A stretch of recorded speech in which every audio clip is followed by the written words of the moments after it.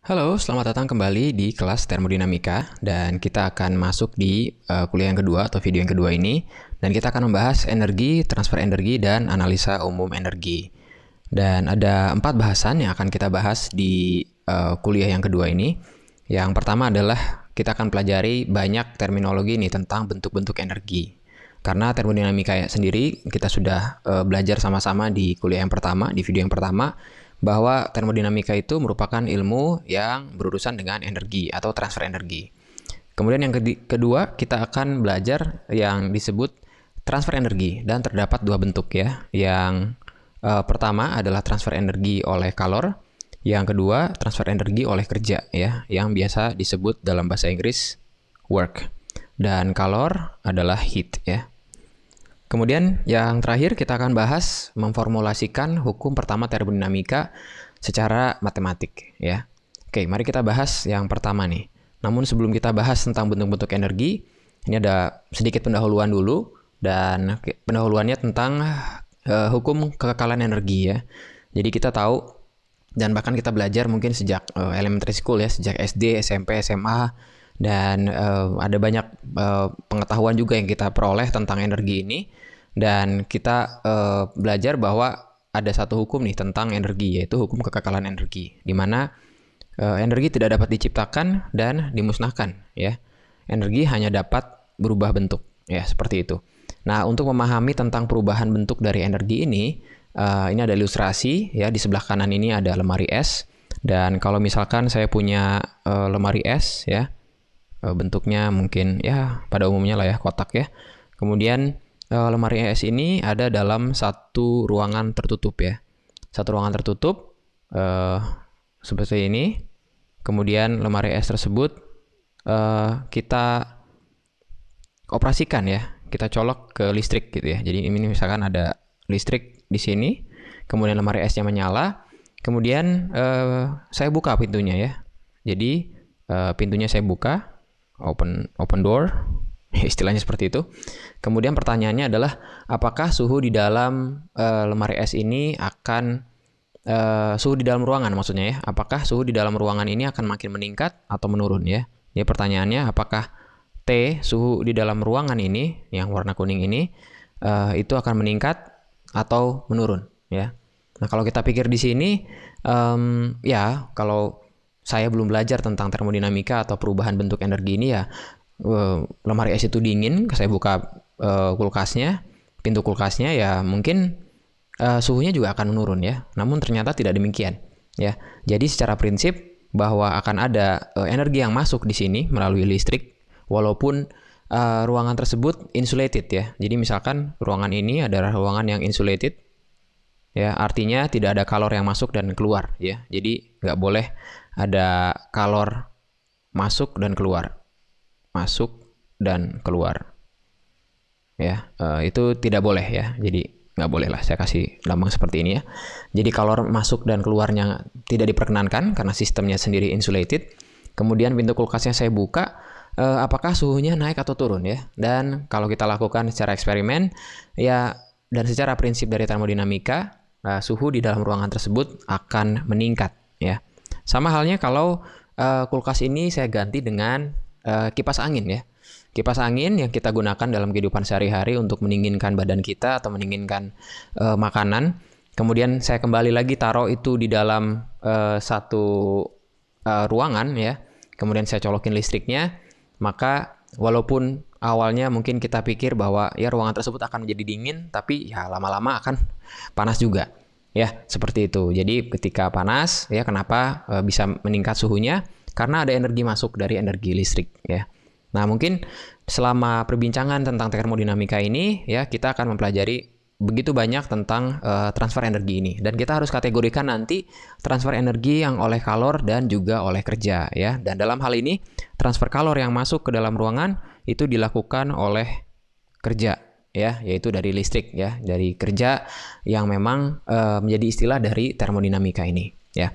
Nah, kemudian pendahuluan yang kedua adalah pernahkah kalian bertanya-tanya bahwa jika energi adalah kekal ya, kan seperti itu ya. Kalau energi adalah kekal, artinya dia nggak pernah habis, nggak bisa diciptakan, nggak bisa dimusnahkan.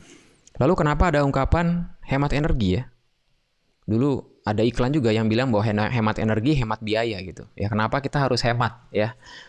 Saking hemat energinya, kalau saya punya kabel casan seperti ini ya, itu dianjurkan kalau saya nggak pakai itu untuk ngecas, untuk isi baterai dari handphone, maka saya harus cabut ya, karena akan ada listrik yang mengalir ya, listrik yang mengalir ketika saya colokin dari charger ini akan ada listrik yang mengalir, kemudian ya sebenarnya energinya juga tetap keluar ya. Maka pertanyaannya adalah, jika energi adalah kekal, mengapa ada ungkapan hemat energi gitu? Nah, ternyata yang dihemat energi itu bukanlah kuantitas ya, karena kuantitasnya adalah kekal. Jadi bicara soal kekekalan dari energi, ini bicara soal quantity. Ya. Dan yang kita hemat secara energi ini itu adalah kualitas, quality. Ya. Dan hukum pertama termodinamika itu seperti yang sudah dijelaskan di video sebelumnya, itu berurusan tentang quantity. Sementara hukum kedua itu akan berurusan dengan deals with the quantity ya, the quality of the energy gitu. Maka yang kita hemat adalah kualitasnya ya. Nah, dalam kehidupan kita sekarang, energi yang paling tinggi kualitasnya, jadi saya tulis di sini energi yang paling tinggi ya, saya kasih lambang panah ke atas, paling tinggi kualitasnya adalah energi listrik. Ya. Karena energi listrik ini kita bisa ubah menjadi energi yang lain. Kita bisa ubah menjadi energi gerak ya, kita sambungkan listrik ke misalkan fan ya, atau misalkan kipas angin, maka dia berubah menjadi energi gerak ya. Kemudian kalau saya punya kompor listrik, dari listrik itu diubah menjadi panas gitu ya. Nah, energi yang paling rendah kualitasnya ya, itu adalah energi kalor ya, atau heat ya, atau energi panas ya. Jadi kalau sebuah benda yang punya temperaturnya tinggi ya, itu sulit untuk saya ubah menjadi dalam bentuk listrik ya. Dan termodinamika sebetulnya adalah aplikasi mengubah energi yang kualitasnya rendah menjadi energi yang kualitasnya tinggi.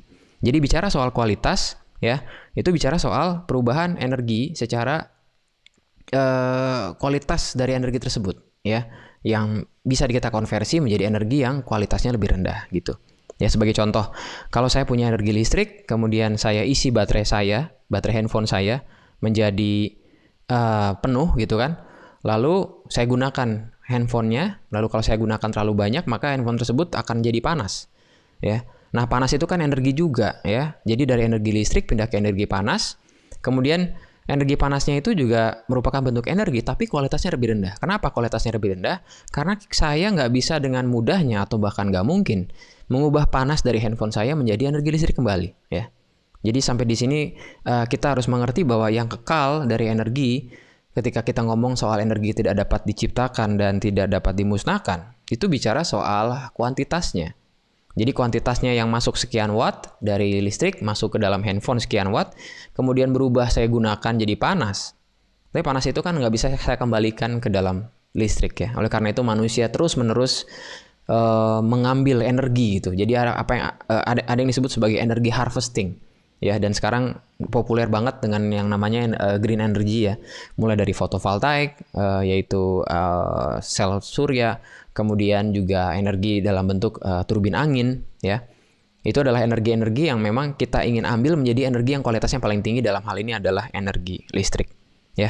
Maka yang disebut sebagai kualitas energi adalah ukuran seberapa mudah suatu bentuk energi dapat dikonversi menjadi kerja atau dikonversi ke bentuk lain yang saya tambahkan yang kualitasnya lebih rendah. Kualitasnya lebih rendah. Seperti itu, ya. Jadi sekarang sudah paham bahwa apa yang disebut sebagai kekekalan energi adalah kekekalan secara kuantitas, bukan secara kualitas. Ya, karena ya demikianlah bumi ini diciptakan gitu ya, karena ada yang disebut sebagai kualitas energi dan ada yang disebut sebagai kuantitas energi. Oke, sekarang kita belajar tentang bentuk energi ya.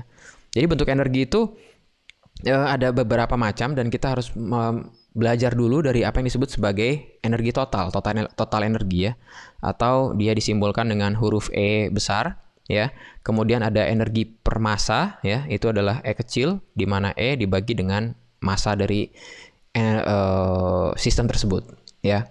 Jadi E yang kecil ini adalah energi persatuan massa, ya. Dan notasi ini akan kita gunakan sepanjang kuliah dari termodinamika ini, ya.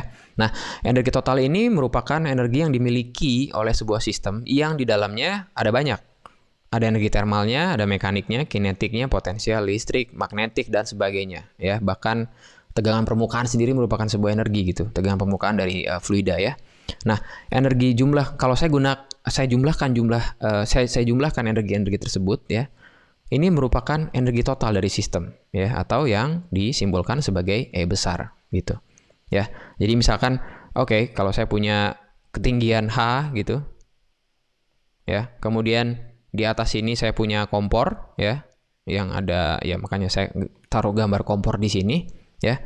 Lalu, ya, saya punya kompor di sini, kemudian maka sistem tersebut memiliki energi potensial dan energi termal, gitu. Energi potensial karena ketinggian, ya. Dan energi termal karena memang panas, ya. Belum lagi ada energi-energi yang lain, misalkan tambah energi kinetiknya, ya. Misalkan saya sambil masak di dataran tinggi, kemudian saya sambil bergerak gitu. Ya memang lebay dan nggak ada juntrungannya, tapi well you get the point bahwa sebuah energi yang total dari sebuah sistem itu adalah penjumlahan dari semua energi yang ada, ya. Nah, kajian termodinamika sebetulnya sederhana, ya, adalah tentang perubahan energi, bukan jumlah absolut energi dari suatu sistem. Jadi ini konsep yang harus dipegang betul.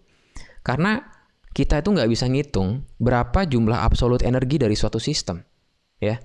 Ya sebagai contoh yang tadi saja, ya, itu sulit sekali untuk saya menemukan atau saya menghitung jumlah energi total dari sebuah sistem. Dalam hal ini misalkan, ya, sebuah kompor listrik, ya. Ada energi listriknya di situ, ada termalnya di situ, kemudian gesekannya juga, ya, kemudian saya sambil bergerak juga ada energi kinetiknya, saya berada dalam sebuah ketinggian tertentu, ada energi potensialnya, ya. Maka termodinamika tidak berurusan dengan jumlah total atau jumlah nilai absolut dari energi suatu sistem, tapi adalah tentang perubahan energi, ya. Maka konsep ini adalah seperti ini. Kalau saya punya sistem, ya, dan di dalamnya itu ada satu nilai E, ya, katakanlah berapa joule lah, ya, atau kilojoule atau bahkan megajoule gitu, ya. Terkadang saya nggak perlu tahu, ya, bukan terkadang, ya, saya nggak perlu tahu sebetulnya berapa banyak energi yang dia punya, karena kajian termodinamika di sini dan analisa yang akan kita lakukan sepanjang mata kuliah ini itu adalah berapa banyak energi yang bertukar di antara sistem dan lingkungan, seperti itu, ya. Jadi kajian termodinamika adalah pertukaran energi di sini, ya. Karena saya nggak perlu tahu berapa banyak energi di dalam, sepanjang saya tahu pertukarannya, saya bisa tahu energi tersebut naik atau tidak, betul apa tidak, ya. Nah, silakan pikirkan dulu itu, ya. Sekali lagi saya katakan bahwa dalam kajian termodinamika kita bahkan secara eksperimen sendiri kita nggak bisa hitung jumlah absolut energi dari sebuah sistem.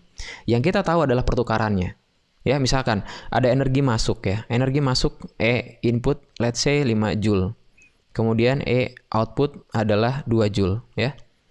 Artinya perubahan energi di dalam adalah 5 dikurangi 2 adalah 3 joule. 3 joule meningkat, ya. Jadi yang saya tahu adalah 3 joule-nya meningkat nih, ya. 3 joule dari ini maksudnya panah, ya. 3 joule dari sistem tersebut, ya, sistem tersebut meningkat energinya sebanyak 3 joule. Tanpa saya harus tahu berapa E-nya di dalam, ya. Jadi ini merupakan konsep yang harus dipegang oleh kita bersama bahwa termodinamika itu berurusan dengan transfer energi, ya. Sekarang kita lanjutkan dengan bentuk energi yang, ya, ini kosakata dan istilah, ya.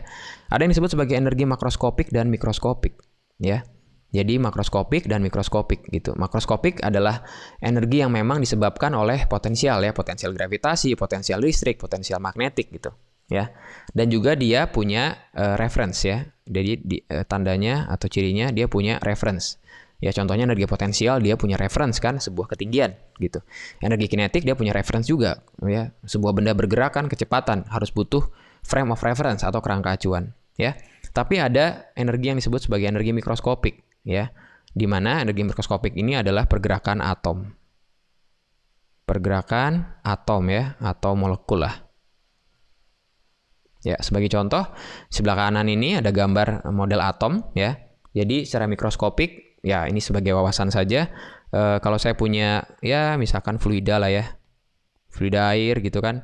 Kemudian saya panaskan ya. Saya panaskan, misalkan saya tambahin heat ya. Saya panaskan. Maka di dalam fluida tersebut terdapat banyak molekul atom yang bergerak ya. Dan bergeraknya terkadang tidak terorganize ya. Maka begitu saya pegang fluida tersebut yang sedang dipanaskan, tangan saya merasa panas karena pergerakan atom dan molekulnya ya.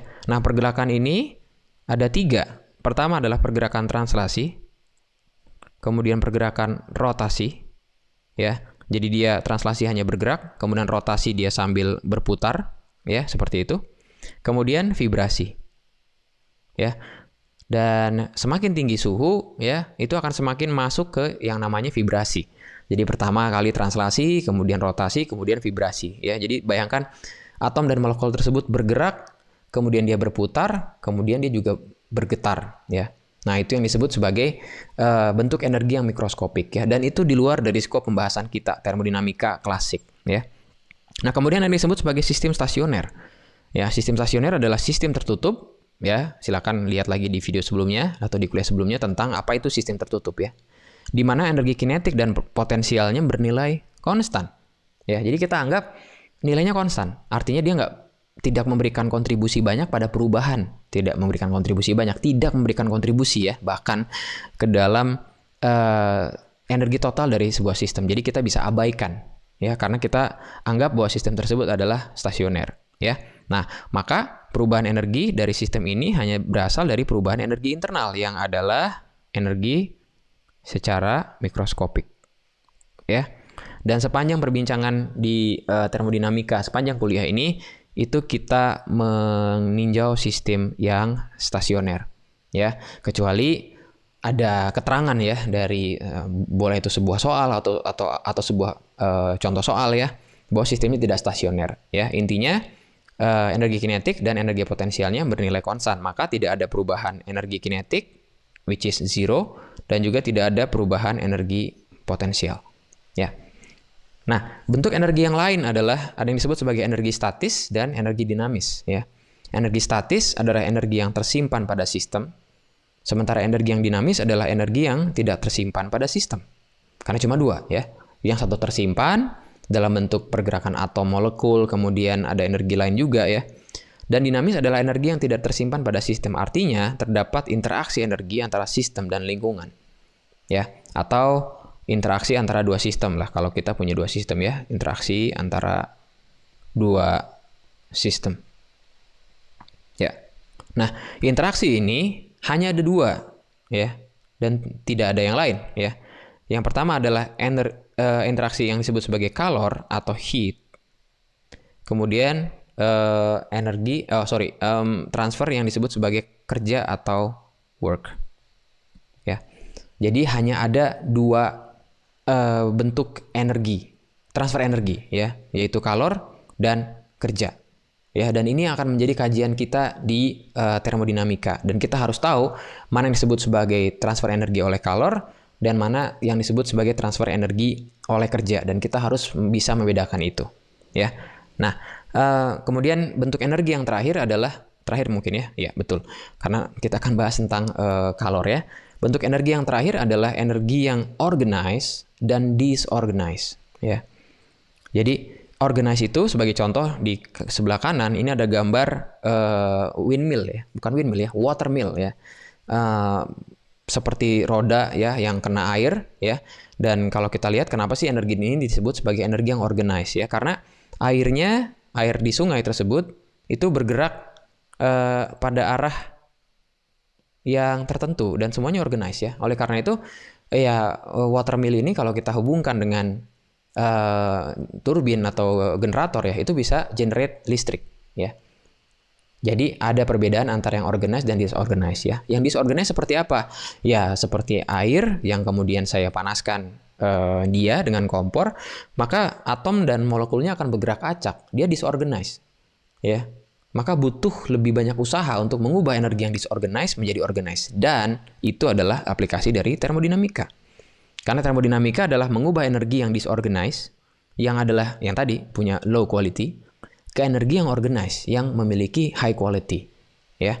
Itu adalah aplikasi termodinamika ya. Kalau kita lihat contoh aja ya, beberapa aplikasi dari termodinamika ya. Mesin uap. Yang mesin uap lakukan adalah ya ada uapnya kan, ada uap yang tadinya berasal dari fluida yang dipanaskan itu dia disorganize, kemudian dengan banyak manipulasi baik itu oleh tekanan udara, kemudian manipulasi yang lain, itu bisa mengubah yang molekul-molekul udara tersebut menjadi bergerak ke arah tertentu, ya, sehingga bisa timbul arus listrik, ya. Itu contohnya ya. Ada begitu banyak ya, disorganize yang lain misalkan energi nuklir ya. Amazingly disorganized. Kemudian kita bisa ubah itu dalam energi listrik ya. Jadi aplikasi termodinamika adalah sederhananya mengubah energi yang disorganized menjadi energi yang organized. Yang lain lagi adalah mesin mobil. Ya. Car engine ya. Itu juga sama ya. Saya punya bahan bakar fosil maksudnya. Yang selama ini kalau kalian punya kendaraan kalian isi di pom bensin ya. Itu kan sebetulnya adalah mesin mobil yang memang membakar sesuatu. Ya, bakar sesuatu, dia disorganized, tapi kita bisa mengubah itu ke dalam energi yang organized. Kita bisa berpindah dari satu posisi ke posisi lain, cuma gara-gara ya ada sebuah ilmu namanya termodinamika, bagaimana mengubah sesuatu, sebuah bahan bakar yang dibakar aneh juga ya, sebuah bahan yang dibakar kemudian bisa mengubah itu dalam bentuk gerak yang organized, ya. Jadi itu adalah aplikasi termodinamika yang memang ada di mata kuliah ini. Nah, sekarang mari kita pelajari tentang kalor ya, transfer energi oleh kalor. Ya, sekali lagi ini dalam istilah bahasa Inggris disebut sebagai heat ya. Jadi sekarang setelah ini mungkin kita harus paham ya apa bedanya antara benda yang sedang bersuhu tinggi, kita istilahkan dalam bahasa Indonesia itu adalah panas ya, dan transfer kalor ya, karena dua-duanya itu berbeda ya. Nah, semoga setelah mengerti konsep termodinamika jadi bisa membedakan itu ya. Jadi ya ada perbedaan antara bahasa yang kita gunakan sehari-hari dan bahasa ilmiah dalam hal ini dalam istilah termodinamika ya. Nah, kita akan belajar tentang kalor nih ya. Jadi kalor itu adalah bentuk energi yang dihantarkan antara dua sistem atau antara sistem dan lingkungan akibat perbedaan temperatur. Jadi perbedaan temperatur itu hanya jadi satu-satunya syarat transfer energi yang disebabkan atau transfer energi oleh kalor ya. Sebagai contoh, ini sebelah kanan ini ada contoh minuman dingin ya. Katakanlah saya baru ambil dari lemari es, dia punya suhu ya misalnya 10 derajat ya, 10 derajat Celcius. Sementara di luar ruangan, di luar kulkas tersebut, di luar lemari es tersebut ya suhu ruangnya 25 derajat Celcius ya. Maka akan ada transfer kalor dari 25 derajat Celcius ini ke dalam kaleng tersebut ya. Dan juga itu akan menyebabkan ya dalam kehidupan sehari-hari kita tahu kalau saya ambil minuman dingin, saya taruh di luar kulkas, maka lama-lama suhunya akan sama dengan suhu ruangan ya. Maka akan ada transfer kalor yang disimbolkan sebagai Q ya. Jadi heat dan kalor ini punya simbol Q ya. Nah, jadi itu ya. Nah, oleh karena itu implikasinya adalah tidak ada kalor yang dihantarkan dari dua sistem yang memiliki temperatur yang sama ya. Jadi sekali lagi misalkan kalau dari 25 derajat Celcius ini itu akan terjadi transfer kalor ke dalam minuman ini, berubah dari 10 derajat Celcius sampai 25 derajat Celcius menjadi sama, maka kita bisa katakan bahwa tidak ada transfer kalor di antara keduanya. Karena kenapa? Ya karena suhunya sama ya, seperti itu. Oke. Jadi tidak ada kalor yang dihantarkan dari dua sistem yang memiliki temperatur yang sama ya. Oleh karena itu kita mesti mengerti dari konsep ini ya. Nah, proses di mana tidak ada pertukaran kalor itu dinamakan proses adiabatik ya. Jadi kalau saya punya sebuah sistem dan lingkungan dan tidak ada pertukaran kalor di antara keduanya, maka itu dikategorikan sebagai proses yang adiabatik ya. Jadi itu transfer energi oleh kalor, perubahan energi yang memang disebabkan oleh perbedaan temperatur ya. Nah, kemudian ada lagi yang disebut sebagai kerja. Dan hanya ada dua kan ya, tadi kalau nggak kerja ya kalor gitu. Nah, kerja ini gampang sekali untuk mendapatkannya ya. Jadi saya pertama harus tahu dulu apakah perubahan energi dari sistem tersebut disebabkan oleh kalor ya. Nah, kalau energi tersebut berubah energinya, sistem tersebut berubah energinya, tapi tidak ada yang namanya transfer kalor, maka yang menyebabkan sistem tersebut berubah itu adalah kerja ya. Jadi sekali lagi, jika terdapat transfer energi yang tidak atau bukan disebabkan oleh kalor, maka transfer energi tersebut adalah kerja ya. Misalkan saya punya ya benda ya, kemudian dengan lingkungan, misalkan ini adalah sistem, kemudian lingkungan ya. Kemudian suhunya sama, misalkan suhunya T ya. Ini juga sama tuh suhunya T gitu. Artinya kan tidak ada transfer kalor di antara keduanya karena syarat yang namanya transfer kalor adalah perbedaan temperatur. Ya, tapi begitu dihitung misalkan ya, dihitung kemudian kita lihat juga ternyata temperaturnya naik nih ya, sistemnya gitu. Ya. Dan tidak disebabkan oleh transfer kalor, naik suhunya ya. Misalkan di sini energinya menjadi meningkat. Ya, suhunya meningkat, kemudian energinya juga meningkat, tapi tidak disebabkan oleh transfer kalor. Maka kita bisa bilang bahwa yang menyebabkan sistem tersebut naik suhunya atau energinya naik itu adalah dari kerja. Ya, misalkan sistemnya adalah ya sebuah air, ya airnya satu bejana air gitu, kemudian dengan suhu ruangan juga sama, ya, tapi jadi panas. Nah, berarti ada penyebab lain ya. Penyebabnya mungkin berasal dari kompor ya yang ada di bawahnya gitu ya. Dan itu berasal dari listrik yang memang merupakan kerja atau usaha gitu ya. Kok mungkin kalian juga mikir ya, kenapa listrik disebut sebagai kerja? Ya karena listrik yang kita nikmatin di rumah, apalagi kalau kalian di Jawa Barat, itu berasal dari PLTA kan, pembangkit listrik tenaga air.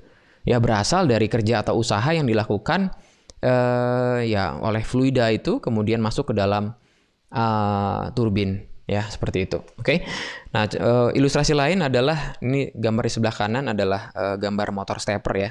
Dan kalau motor stepper ini atau motor DC saya berikan listrik, kemudian dia bergerak, kemudian saya masukkan ke dalam ya satu ruangan atau dalam satu fluida. Lama-lama fluida tersebut suhunya akan naik ya. Karena disebabkan oleh kerja atau usaha, ya. Nah, ada formal sign convention atau perjanjian tanda ya. Supaya tidak bingung, perjanjian tanda. Jadi perjanjian tandanya antara kerja dan kalor ini mesti ada ya tanda yang memang disepakati oleh kita bersama ya. Jadi transfer kalor menuju sistem atau yang disebut sebagai Q in ya, key in itu bernilai positif.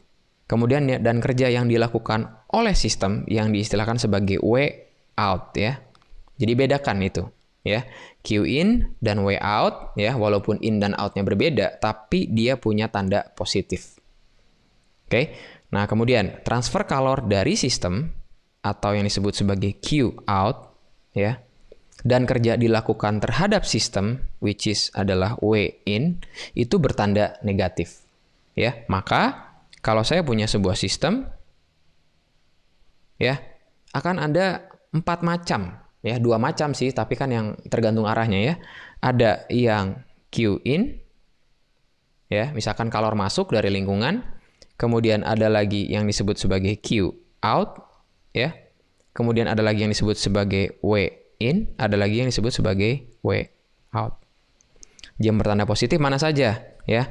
Transfer kalor menuju sistem yang adalah Q in dan juga W out, ya. Q in. Kenapa saya tulis Q in lagi ya? Ini bertanda positif dan ini pun bertanda positif. Ya. Tapi transfer kalor dari sistem ya. Artinya Q out itu bertanda negatif dan W in itu bertanda negatif, ya. Itu perjanjian tandanya. Jadi jangan lupakan perjanjian tanda ini ya, karena akan berpengaruh pada hitungan walaupun cuma sekedar plus dan minus aja, ya. Nah, sekarang kita akan jauh mempelajari tentang kalor dan kerja. Ya, kalor sekali lagi heat atau heat transfer, kerja itu ya usaha, kemudian bisa disebut sebagai work ya. Nah, mekanisme transfer energinya itu adalah sebuah mekanisme transfer energi ya. Kok bahasanya aneh ya, transfer energi ya. Maksud saya gini, kalor dan kerja dia bukan merupakan properti. Contoh properti kalau kalian nyimak dari kuliah pertama dan video pertama tadi sebelumnya ya di minggu lalu. Properti itu adalah volume, kemudian temperatur, ada tekanan, massa jenis, dan seterusnya. Ya. Nah, kalor dan kerja bukanlah merupakan properti seperti volume, pressure, temperatur, massa jenis, dan sebagainya. Ya, tapi dia merupakan transfer energi. Karena besarnya tergantung dari 2 buah keadaan. Ya. Nah, itu bedakan. Ya, ada yang disebut sebagai properti yang adalah fungsi keadaan. keadaan 1, misalkan keadaan 2, saya bisa tahu nih volume 1 dan volume 2. But yang namanya transfer energi ya, itu adalah besarnya tergantung dari dua keadaan. Ya, makanya nanti kita akan belajar ada proses yang namanya isokorik, isobarik ya. Berubah keadaan dari P1 ke P2, dari tekanan 1 ke tekanan 2, baik itu naik atau turun ya. Kemudian volume 1, volume 2 dan sebagainya. Ya. Nah, ciri lain dari kalor dan kerja yang pertama adalah keduanya adalah fenomena batas, boundary.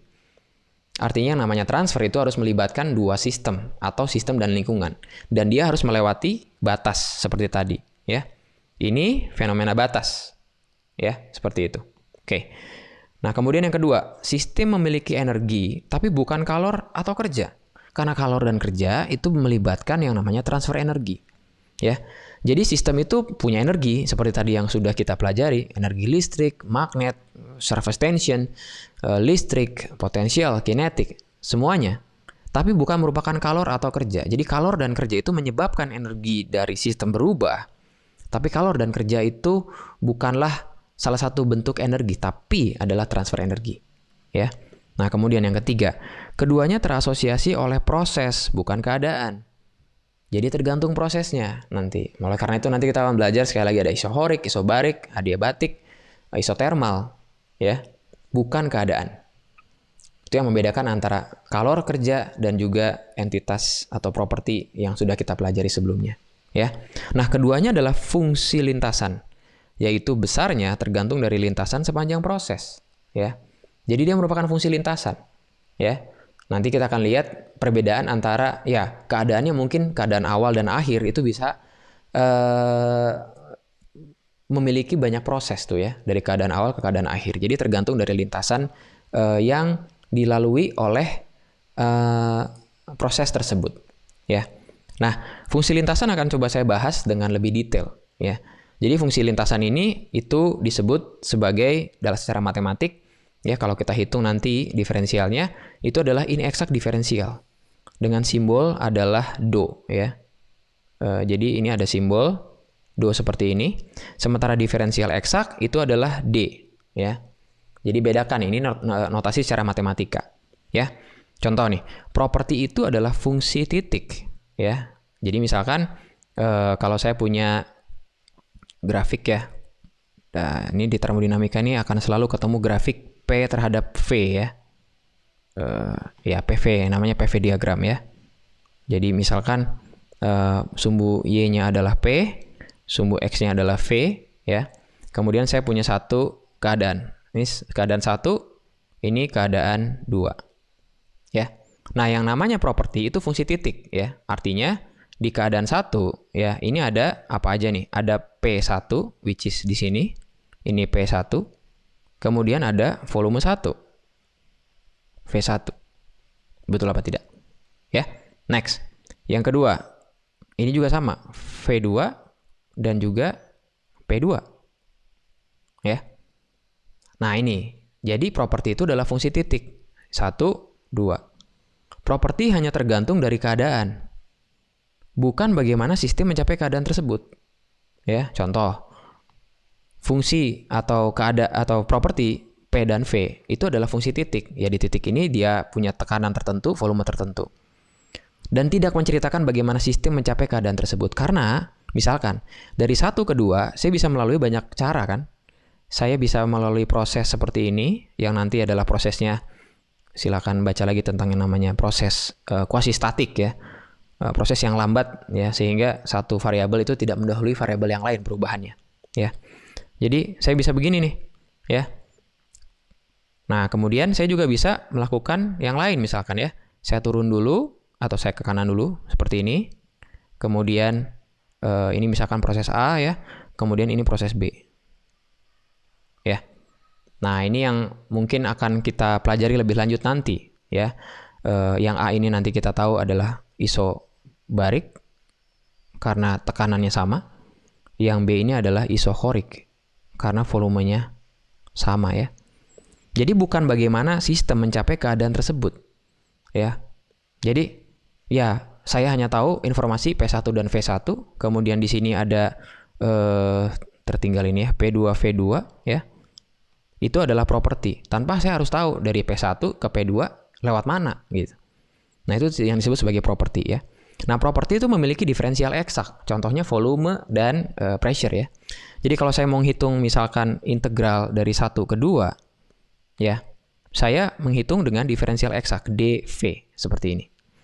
Yang adalah V2 minus V1 yang adalah delta V. Oke? Tapi kerja dan kalor adalah fungsi lintasan. Misalkan kalau saya ngambil lintasan atau proses lagi ya, misalkan integral 1 2, saya mau menghitung usahanya ya, atau saya mau menghitung kerjanya. Maka saya membuat notasi adalah diferensial eksak yang adalah do W. Ya, dan do W saya integralkan ya, itu menjadi W12 ya, yang menotasikan ada usaha yang dilakukan ya, atau usaha terhadap sistem ya, dari state 1 ke state 2. Jadi sekali lagi bukan delta W tapi W12. Demikian halnya dengan Q nanti ya. Q adalah do Q, itu akan menjadi sama dengan Q12. Jadi itu bedanya. Ada yang disebut sebagai fungsi lintasan, ada yang disebut sebagai fungsi titik atau fungsi keadaan ya. Nah, oleh karena itu jangan sampai ketukar nih. P, V, T, dan yang lain itu adalah fungsi titik, point function istilahnya ya.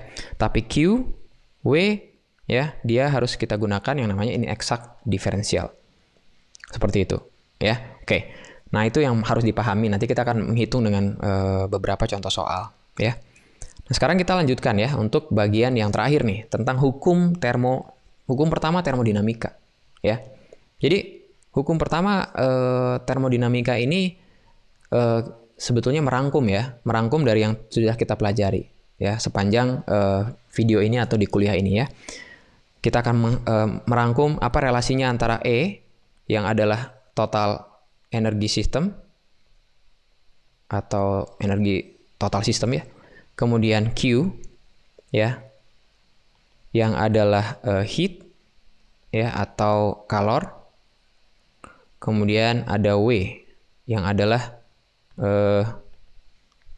kerja ya atau usaha ya, work atau kerja atau usaha. Ya, nah apakah relasi di antara E, Q, dan W ini? Ya, nah Q dan W ini kan yang disebut sebagai fenomena batas ya, fenomena batas ya, yang bisa antara dua nih, energi yang masuk dan energi yang keluar ya. Dan nanti tergantung dari perjanjian tandanya yang tadi ya, apakah kalornya masuk, apakah kalornya keluar, apakah kerja dilakukan oleh sistem atau kerja dilakukan terhadap sistem.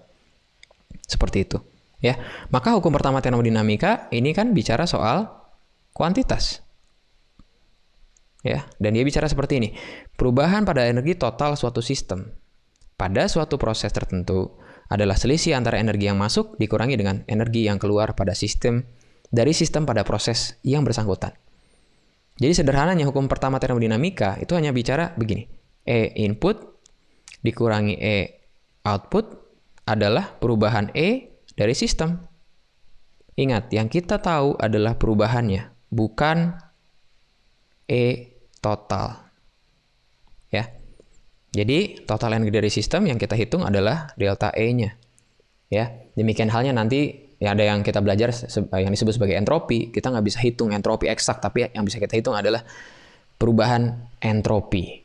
Ya, nah ini adalah formulasi dari hukum pertama termodinamika. Ya, nah yang jadi menarik adalah walaupun sederhana seperti ini, ya, tapi implikasinya banyak nih.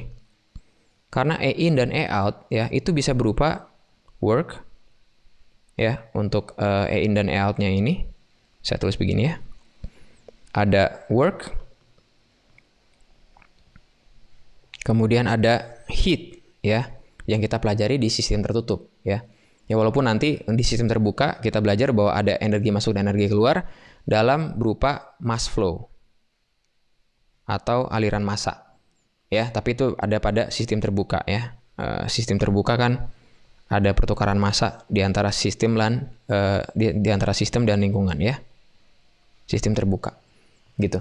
Nah, itu adalah yang disebut sebagai hukum pertama termodinamika. Ya, jadi untuk yang tertutup itu hanya ada work dan heat, dan sekali lagi heat disebabkan oleh perbedaan temperatur, ya, bukan perubahan, sorry. Dan work itu disebabkan oleh apapun selain heat, ya. Nah, itu adalah konsep dari hukum pertama termodinamika, ya. Oke. Jadi sampai di sini kuliah untuk yang kedua, di video yang kedua ini. Semoga memberikan wawasan dan sehingga tahu setiap terminologi kosakata. Memang belum banyak hitungan ya. Tapi biarlah di video yang kedua ini dapat menjadi wawasan untuk kita bersama.